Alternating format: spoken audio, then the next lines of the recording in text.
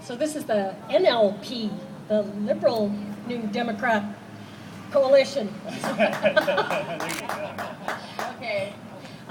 So I'm Laurie Blakeman, and welcome to my fabulous constituency of Edmonton-Centre.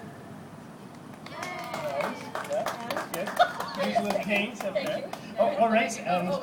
Yes, and we appreciate very much the chance to be here today and the fine work that everyone is doing on behalf of disabled workers across the province.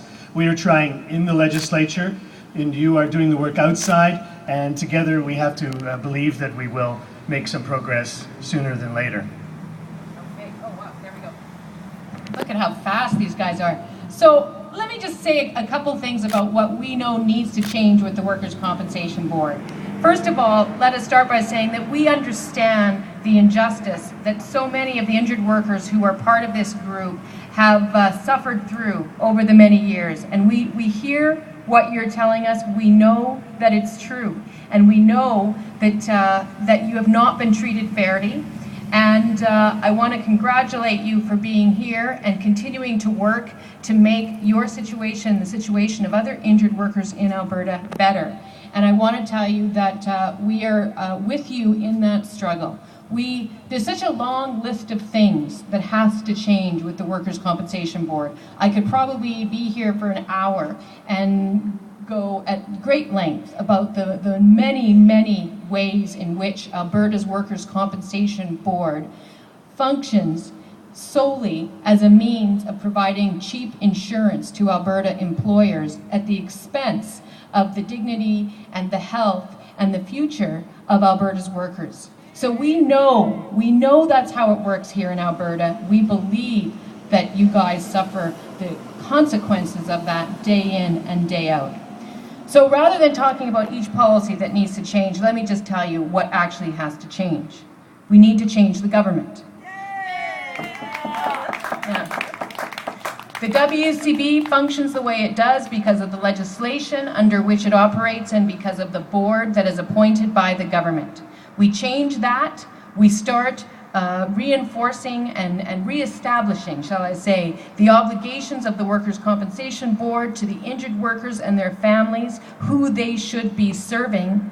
When we change that, everything else will flow from it. But I tell you, brothers and sisters, that it will not change under this government.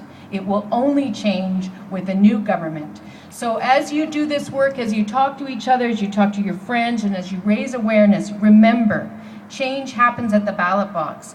And we are there, and we have a long list of how we would change the Workers' Compensation Board to make it fair. And I won't spend all afternoon lecturing at you about that, because I think you guys all know it pretty much as well as we do up here. But if you have more questions, we're certainly happy to pass that information on to you. So thank all of you for being here, and I'm sorry for being the most long-winded person up here. I know, it never shuts up. So I'm going to give the mic back to Dave and to Laurie so they can wrap up and talk about other things for at least as long. Thank you very much, and keep up the good work, everybody. She's small, but she's got a lot of words packed into her. I just want to acknowledge the support of the union movement in what's happening here today, and the support of unions with injured workers generally. We all know that if you want a safer workspace, you want to work on a union site. But I think we also have to remember the amount of advocacy that the unions do on behalf of their members when somebody's injured. And I know that firsthand because my older brother Richard was badly injured when he fell off a very tall building. And if it hadn't been for his union going to bat for him over and over again, he just wouldn't have lived, and he certainly wouldn't have recovered as well as he did. So I want to acknowledge that, and please make sure as you go through life to say a good word for unions, because this province is really doing its utmost to get rid of them. And secondly, I want to back up on what Rachel's saying about changing government, that's all levels of government, folks. So when you're looking at the provincial election, the civic elections, and the federal elections, please look for progressive candidates. Please question them about their attitude and what they support for workers. Because you can elect an individual in a party that you don't like, and that individual can do a lot for you, or you can elect a party that does a lot for the workers' movement. But please be careful about who you elect, and work for people that are supportive of workers and our progressive candidates. So thanks for all the work that was done here today to bring us all together, and the opportunity to get up here, and thank you folks for continuing that fight on the outside while we work that fight on the inside. Thanks.